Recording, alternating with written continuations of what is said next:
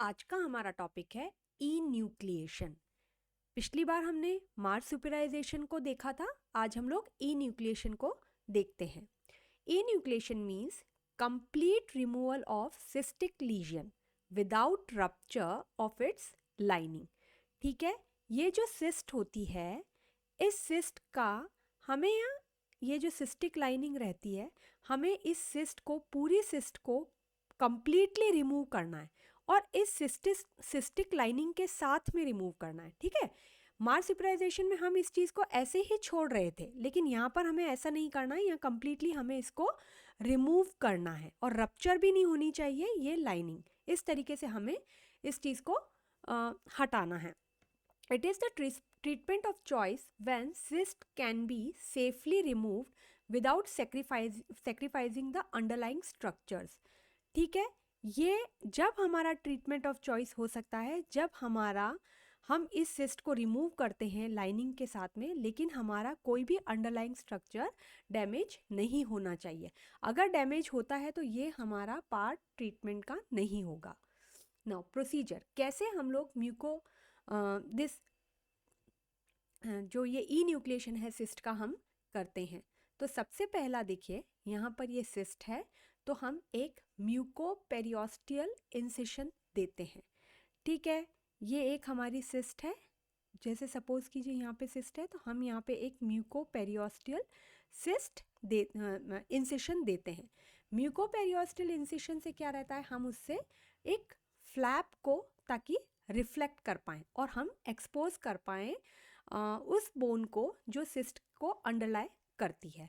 ठीक है, अब देखिए हमने यहाँ पे ये इंसिशन दिया, ऐसे यहाँ पे ये इंसिशन दिया हमने फर्स्ट में, पहले प्रोसीजर में। सेकंड क्या किया हमने, इस फ्लैप को, देखिए ये जो फ्लैप है, इस फ्लैप को हमने क्या करा, रिफ्लेक्ट कर दिया। रिफ्लेक्ट करने के बाद अब जो हमारी ये आसपास जो ये बोन है, देखिए ये बोन अब हमने इसको एक्सपोज करा ताकि जो भी ये सिस्ट की लाइनिंग के चारों तरफ जो है उसे हमने एक्सपोज करा।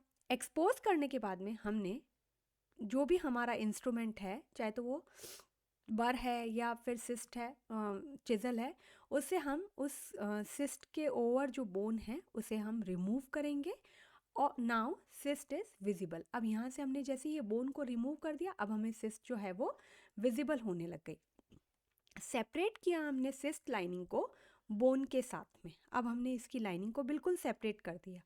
ठीक है, रिमूव द सिस्ट कंप्लीटली। अब हम क्या करेंगे, यहाँ पे इस सिस्ट को कंप्लीटली रिमूव कर रहे हैं। ठीक है, हटा रहे हैं। देखिए यहाँ से इसको बिल्कुल इस सिस्ट लाइनिंग के समेत इसको हम हटा रहे हैं बिना रप्चर करे। और जो कैविटी उसके बाद में जो लेफ़्ट ओवर हो जाएगी, जो कैविटी यहाँ पे लेफ़्ट ओवर होगी, उसे हम इरिगेट करेंगे उस कैविटी को प्रॉपरली।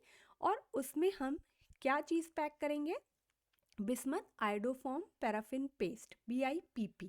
ये वाइवा का क्वेश्चन हो सकता है, बहुत इंपॉर्टेंट MCQ भी बन सकता है। ठीक है, कई बार क्या होता है, अगर बहुत ज़्यादा पेनिट्रेशन है सिस्ट का, बहुत ज़्यादा डीपर स्ट्रक्चर्स के अंदर अगर सिस्ट का पेनिट्रेशन है तो हमें बोन ग्राफ्टिंग भी कई बार करना पड़ती है अगर डिफेक्ट बहुत ज़्यादा लार्ज है। अब हमने सिस्ट को हटाया और हम सिस्ट को हटाने के बाद में हमने उसको इरिगेट कर दिया। यहाँ पर इरिगेट करने के बाद में हमने क्या किया, देखिए इस फ्लैप को वापस से हमने सूचर कर दिया, पैक कर दिया उसको। ठीक है, तो ये प्रोसीजर था ई न्यूक्लिएशन का। हमने पहले इंसिशन दिया, फिर हमने फ्लैप को रिफ्लेक्ट किया, हमने ओवरलाइंग बोन को हटाया, फिर सिस्ट को कम्प्लीटली रिमूव किया, कैविटी को पैक किया BIPP से। कई बार अगर लार्ज डिफेक्ट है तो हम बोन ग्राफ्टिंग भी करते हैं और वापस से हमने उसको सूचर कर दिया। ठीक है, ये प्रोसीजर है। एडवांटेज क्या है ई न्यूक्लिएशन का, ठीक है, इसमें क्या रहता है, chances of recurrence is less, क्योंकि हम कंप्लीटली सिस्टिक लाइनिंग को रिमूव कर रहे हैं तो वापस री इन्फेक्शन के चांसेस बहुत कम रहते हैं। प्लस रिकवरी भी बहुत फास्ट रहती है और पेशेंट के लिए टाइम कंज्यूमिंग भी नहीं रहता, क्योंकि इसे बार बार अपॉइंटमेंट लेकर आकर डॉक्टर को दिखाने के लिए इतनी ज़रूरत नहीं होती है।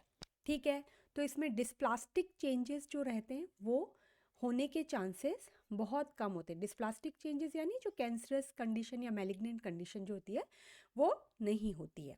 अब डिसएडवांटेज क्या होता है?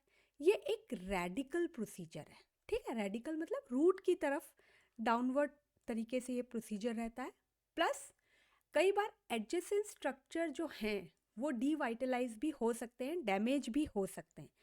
कई बार फ्रैक्चर के चांसेस भी बहुत ज़्यादा हो सकते हैं। और अगर हम देखें, अगर अपर मैक्सिलरी टीथ है तो कई बार ओरोनेजल या ओरो एंट्रल ओपनिंग भी हो सकती है। तो ये सारे इसके डिसएडवांटेज थे। आई होप आपको ई न्यूक्लिएशन ऑफ सिस्ट समझ आया होगा।